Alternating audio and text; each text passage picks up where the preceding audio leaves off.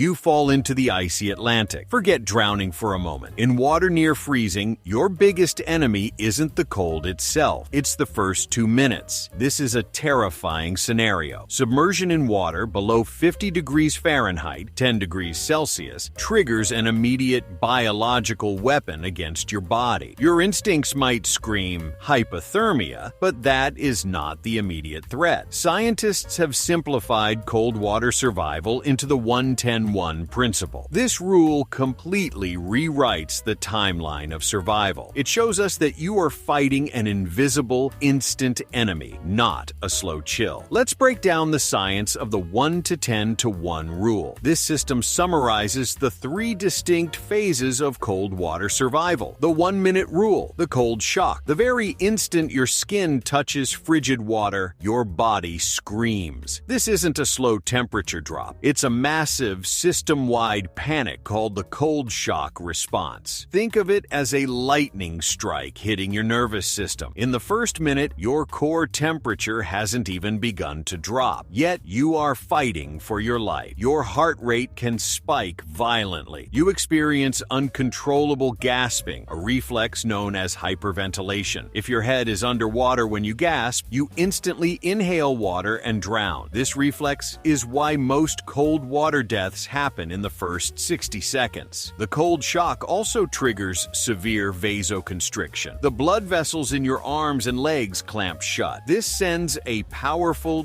dangerous jolt to your heart. This minute is critical. Deaths here are due to panic, heart failure, and loss of breathing control, not hypothermia. The 10-minute rule, loss of control. If you survive the cold shock, you then have about 10 minutes before your muscle control completely vanishes. Cold water is a fierce thief of heat. It sucks energy away from your body 25 times faster than cold air. Your extremities, hands, feet, and arms are the first casualties. Your muscle fibers slow down. Nerve impulses move sluggishly. You can still think clearly, but your hands become useless blocks of meat. This is why trying to swim long distances is a fatal error. Even fit people in frigid water lose their ability to execute a proper swimming stroke within minutes. For this phase, your focus must shift. Do not try to get out. Focus on staying afloat and keeping your airway clear. The 1-hour rule, the hypothermia battle. Only after about 10 minutes does true hypothermia begin to set in. This is the third and final stage. Your core body temperature starts to plummet toward 95 degrees Fahrenheit, 35 degrees Celsius, and lower. The colder the water, the less time you have, of course. But even in near-freezing conditions, it can take up to an hour for the cold to completely shut down your vital organs. The most successful tactic after the first 10 minutes is stillness. Moving dramatically increases the rate of heat loss. Curling into a tight ball or adopting the help position, heat escape lessening posture, is your only real defense against the chilling core temperature drop. Imagine you are on a northern lake in late autumn. The water is 40 degrees Fahrenheit, 4.4 degrees Celsius. You suddenly fall through thin ice. The first feeling is a blinding, deep pain. It's not just cold, but a searing, stabbing discomfort across all exposed skin. You gasp violently. An involuntary, huge inhale you must fight to keep above the surface. Your mind is racing with adrenaline. You reach and grab the edge of the ice. You try to pull yourself up. After 60 seconds, your fingers are stiff. They are unresponsive. You can still think and scream, but the fine motor skills needed to grip are gone. Your 10-minute window for purposeful action is closing fast. If you don't climb out now, you are left floating, struggling against the paralyzing cold. Here is the scientific insight that defies instinct. While cold water is brutal, it can sometimes act as an emergency biological preservation system. In extremely cold water, particularly in children, the body can trigger the mammalian diving reflex. This is a powerful primal response. It drastically slows your heart rate. It shifts blood flow away from your arms and legs and rushes it toward your vital organs, especially the brain. It dramatically lowers your body's need for oxygen. It is essentially a state of suspended animation. There are documented cases of people submerged for over an hour in near freezing water who were successfully brought back to life. The cold preserved the brain and prevented the catastrophic cellular damage that normally occurs when oxygen is cut off. In a bizarre way, the very thing that is killing you can sometimes be the only thing that saves you.